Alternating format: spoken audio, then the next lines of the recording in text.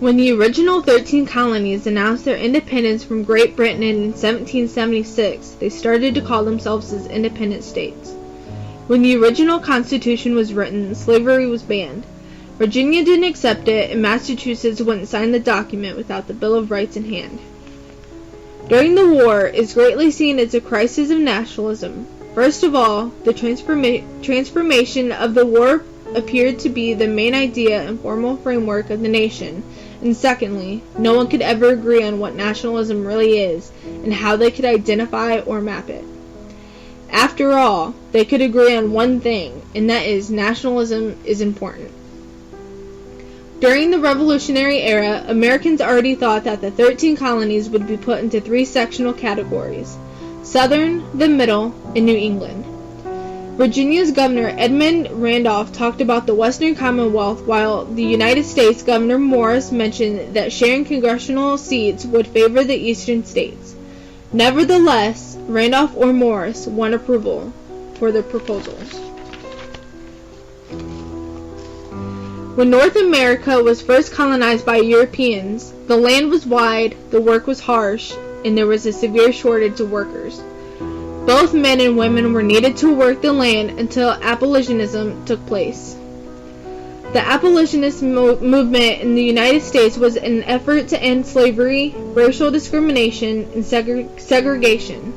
The abolitionist movement started in the 1830s and didn't succeed to end slavery until 1870. Dred Scott v. Sandford was one of the most famous court cases during the Civil War. Dred Scott was a slave who maintained that he had been emancipated as a result of having to live with his master in the state of Illinois and in territory where slavery was banned by the Missouri Compromise. The ruling of the case stated that slaves were not citizens, so they didn't have any rights a United States citizen would have that is established in the Bill of Rights. Abraham Lincoln lost many elections, but in November of 1860 he won president elections against Stephen Douglas. Many states didn't like that he was president, so they left the Union, and Lincoln tried to reach out to them on March 4th of 1861 with an inaugural address.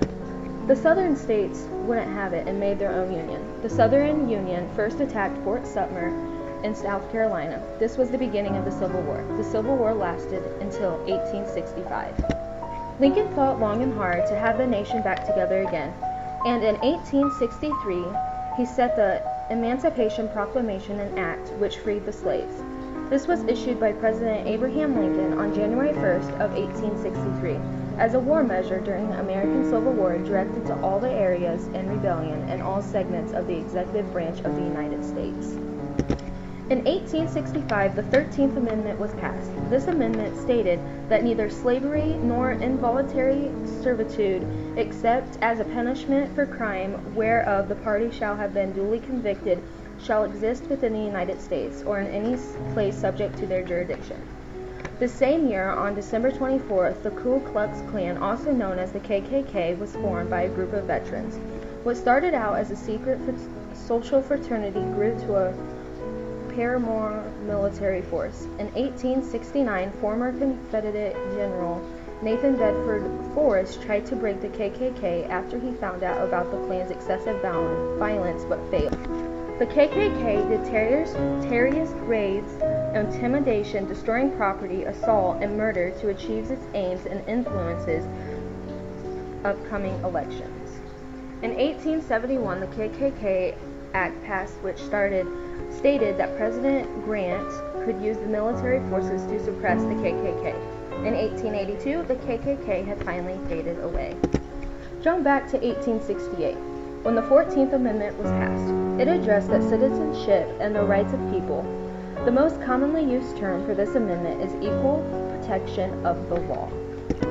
The 15th Amendment, passed in 1870, but not realized till 1965, granted African American men the right to vote by saying that the right of citizens of the United States to vote shall not be denied by the United States or by any state on account of race, color, previous condition of solitude.